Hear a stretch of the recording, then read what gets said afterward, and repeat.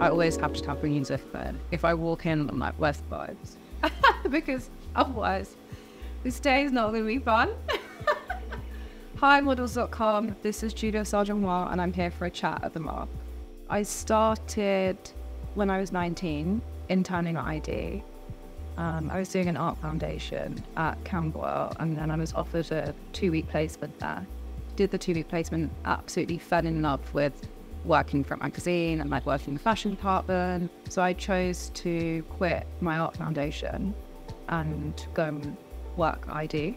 It was very different then because, you know, Terry and Trisha was still involved. It was a very small, independent company and magazine. I had amazing opportunities when I was there. So I ended up staying there for a year. I learned so much about the craft and also like the technicalities of like styling and all of that stuff too. And I also had the opportunity to shoot, which was amazing. So I think one of my first shoots was with Tyrone Lebon. So I really had amazing opportunities. And it's funny because it's one of those things like at the time, you don't necessarily realize what you're doing. So like even just, you know, Tyrone's obviously like an incredible photographer now, like Adwoa is like big like supermodel.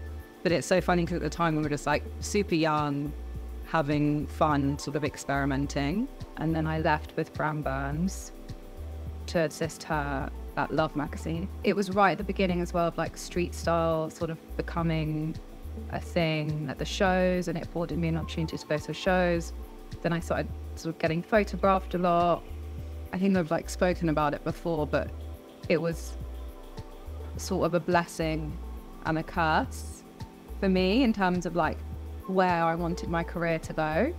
Because I did model when I was younger, but I never enjoyed being sort of forward facing. I was always like, I want to be behind the scenes. So I think I sort of rejected that a little bit at that time because I wanted to establish myself as a stylist and be taken seriously. And I think at that time as well, the industry didn't necessarily embrace it in the way that it does now. Then I ended up going back to ID, which was always like a dream of mine. So it's where I started. I love the magazine. And then Vogue.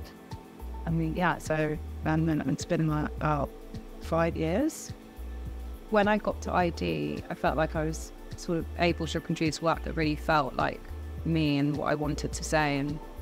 And I was actually talking to Adwoa the other day about the cover that we did with Harley. Like, I just love that cover so much, and that felt like such a important moment. And it was like, you know, female gaze issue, and like, you know, also sort of being able to build my relationships with photographers that I still work with now. Another one of my favorite shoots is probably the Senegal Harley shoot that we did together. At that time, people were not really shooting there. It was quite hard to get it going, that's for sure. But we did it, and it was amazing. We did it in a sort of more old school way. So we were there for a week. It was literally just us, like with clothes and like a producer, and we just go out, drive around for like a few hours every day. So it was sort of quite drawn out, which is a luxury as well, because I think now a lot of people, it's like you need to get it done in this, and it's like a big production, and this it was very like natural and easy. I just recently re-shot there British Vogue with Nadine, and that was so great too. It was obviously a completely different experience. And when it comes to collaboration, it's probably the most important part of what I do, because, you know, I'm part of the team, and I think for me what I try and do is I try to respect who I'm working with in a way that I don't want to impose my sort of a vision on them. I want it to feel like we're both coming together, and I like to give people space to be creative, and obviously within a framework, but you know, it always starts with a conversation. You start somewhere and you end up somewhere completely different, and then obviously when you're on set, then it evolves even more. But I think you just have to stay open to change, open to things. Like, I'm very like easygoing in that way. Like, if I'm not set on one idea, I'm happy for it to evolve. And I think that's really important. So I have my own studio and office in London, but often I'm working like, you know, with a brand. So then I'm in their office, or, on set, on studio, or, at the Vogue, often it's a Vogue shoot. So often I'm in different places, which I also really enjoy as well. I like different environments, and I always have to have music then. If I walk in, I'm like, where's the vibes? Because otherwise, this day is not going to be fun. I think my aesthetic is influenced by my Britishness in a sense. Like, it's funny because in terms of my identity, like how I feel is like, I grew up in London, I grew up in Brixton, which is like a very multicultural area and part of London. And then like my mum's French and Moroccan, my dad's Senegalese. And so I feel like I'm just like such a mix of different cultures.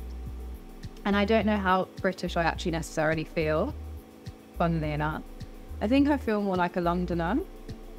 And that, to me, is like, it's very accepting. Like, I feel like London's very accepting. You can sort of wear whatever you want in terms of like fashion. There's like an eccentricity.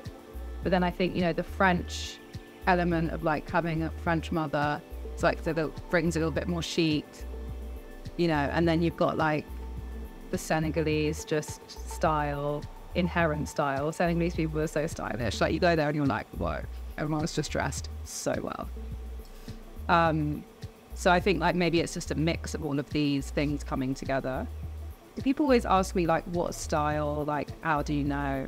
Like, it's not about clothes and it's not about like items. It's about how you wear them and the attitude. And that's like always what I thought about style. And I think that's another thing with London, is like, it's the way someone wears something. It's not about like necessarily having the latest things and this and that. It's just like your attitude, the way you wear it, the way you hold yourself. Like, it's like a confidence. So that's what stylist I am.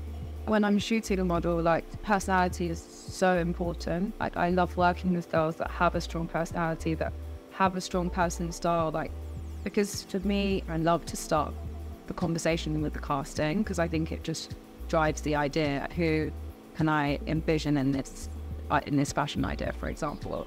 Certain girls, they just dress so well, just the way that they hold themselves.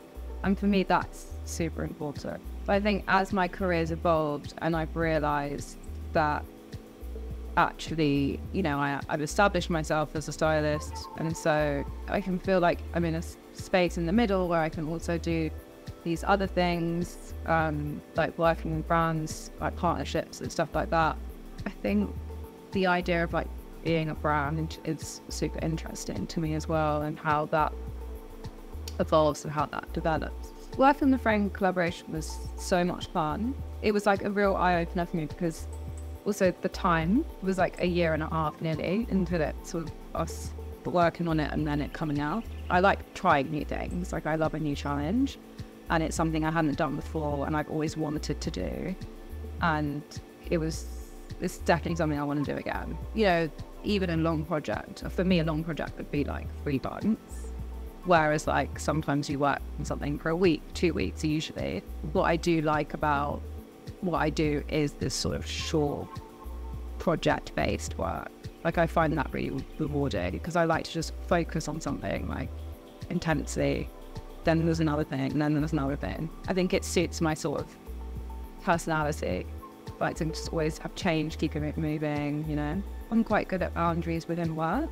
So I'm quite good at just being like, no, I want a week off now. I feel like I need time off. I know when I need to take some time off, and I do, and I'm not afraid to. But that's also taken time to get to that place, because I think when I was younger, I was afraid to do that, especially when you're freelance and that kind of stuff. But then you realize that if it's like not now, then when?